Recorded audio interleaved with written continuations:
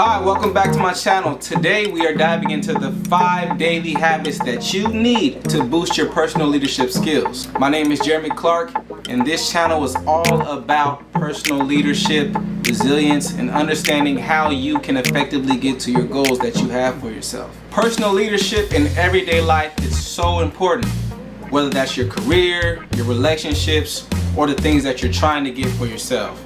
Having personal leadership allows you to take control of your life by being accountable for your actions. Our outputs are determined by our inputs, right? And we are in complete control of our inputs. So if we can actively control our inputs, we can influence our outputs. And that's by understanding that we are accountable for what we input. So knowing what you input is very important.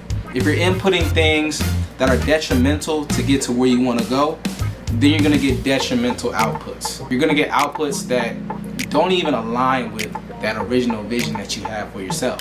And that's what personal leadership is all about. Reading, reacting, and making sure we are accountable for the inputs for our outputs. So let's get into the habit number 1. Habit number 1 is morning mindfulness. It's important to start your day with mindfulness practices, whether that be reading, journaling, meditating, deep breathing. Whatever you can do to settle your brain in the morning is going to give you a phenomenal feeling for the rest of the day. With phenomenal feelings, that's energy that transfers into different aspects of your life. So it is very important to start your day mindfully. What are you consuming in the morning? When you first wake up, do you just grab your phone and hop on social media and scroll mindlessly? And if you are scrolling, what does your algorithm look like? What are you feeding yourself? Are you feeding yourself things that are detrimental to you? Are you feeding yourself negative information? Because we all know the majority of things that get clicks and attention on social media are generally not the most positive things. They are things that make us worry, doubt, or afraid to go outside based on the things that we can't control.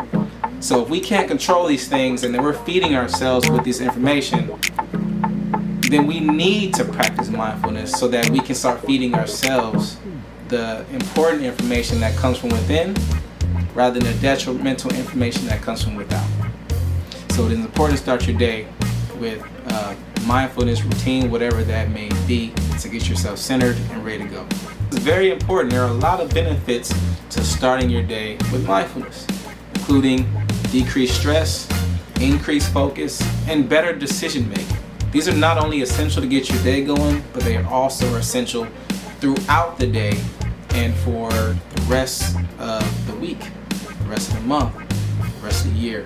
These things translate day to day, month to month, year to year. If you build continuous good momentum, then you're going to get continuous good outputs and outcomes that are favorable to you. Habit number 2, goal setting. It's important to set goals. And when we say goals, we mean clear, achievable things that you can do for the day, right? You have your long-term goals and then you have your short-term goals. Short-term goals are things that you can accomplish right now, this week, this month, so that you can then fulfill your long-term goals, which is just an accumulation of short-term goals.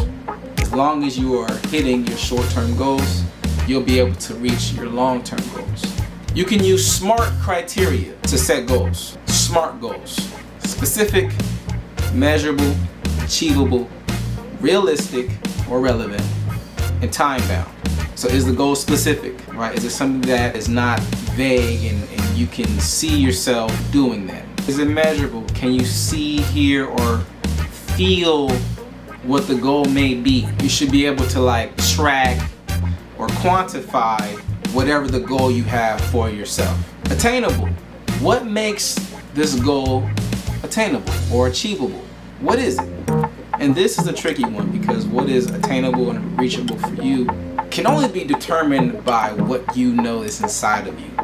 Someone else cannot come in and say what you can't do. Only you can decide that. Can you see yourself doing it? Is it realistic? Is it realistic? Only you can decide if something is realistic and also achievable.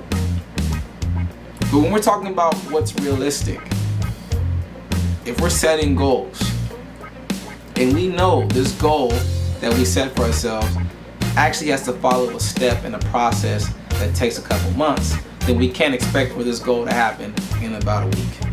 So that's what we mean by realistic.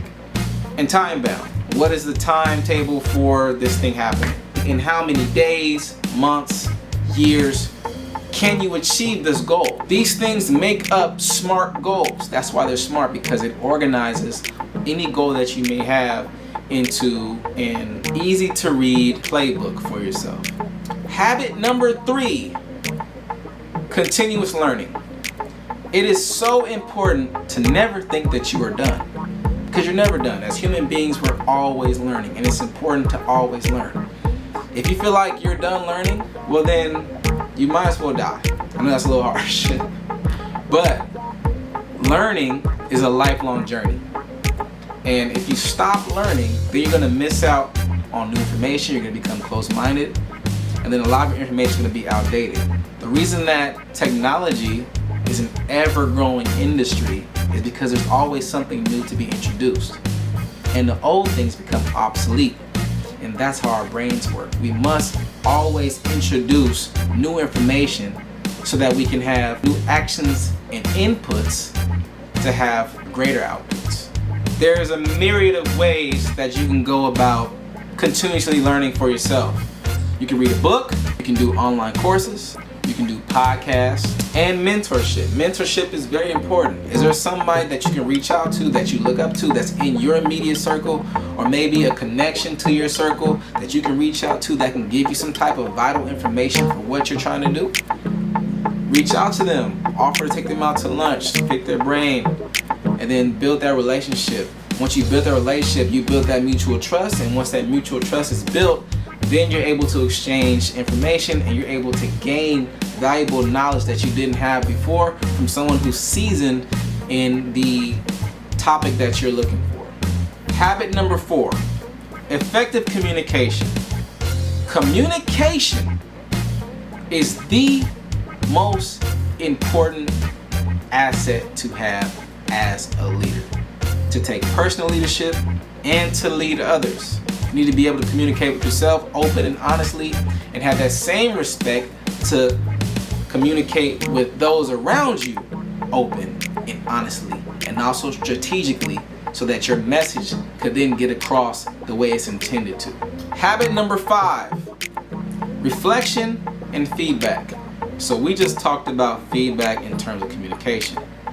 Now, when it comes to reflecting and getting feedback, this is when you go back into yourself, reflect on your day, reflect on the situation, reflect on what's happening in your life. You can sit down, write down things that have happened to you, analyze them, write down things that you think you could have done better, things that you did well, things that you can improve upon, and then seek feedback on things that you want to improve upon. This goes back to the communication habit. Seek that feedback, listen to understand, and instead of responding to them, take it, look at the things that you wrote down, and respond to yourself, and see how that works for you. This is huge for identifying strengths, weaknesses, and areas of improvement. If you like these tips, be sure to download my free ebook guide, Rise and Thrive, your ultimate guide for building resilient leadership. It's a comprehensive ebook that is designed to help HR professionals, corporate leaders, and aspiring managers develop the resilience and leadership skills needed to thrive in today's dynamic work environment. So there you have it, the 5 habits: morning mindfulness, goal setting, continuous learning, effective communication, and reflection and feedback. Please implement these habits to boost your personal leadership skills so you can become a leader with yourself and also become a leader amongst others. Please like, subscribe, and hit that bell to be notified for more videos and content on personal leadership and resilience. Thanks for watching, and I'll see you next time.